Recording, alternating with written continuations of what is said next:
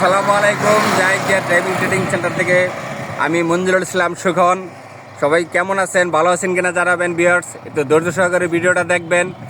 আর আগের ভিডিওতে বলা ছিল এই এটার সম্বন্ধে হলুদ লাল দাগ কাকে বলে বা কী জন্য দেওয়া হয়েছে, এটাই আগের ভিডিওতে স্পষ্ট রাখা ছিল ভিউয়ার্স।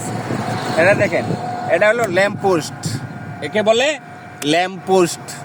এটা একটা সতর্কতার চিহ্ন। যেমন একটা ব্রিজ থাকলে, একটা মোড় থাকলে এটা দেওয়া হয়। এটাকে বলে ল্যাম্প পোস্ট। ল্যাম্প পোস্টে মনে করেন এটা হলুদ লাল সাদা লাল এই চিহ্ন দেওয়া হয়।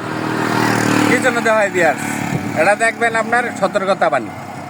এটা হইলো আপনার হলুদটা দেওয়া হয় আর লালটা দেওয়া হয় রাত্রের দিক নির্দেশনা দেওয়ার জন্য।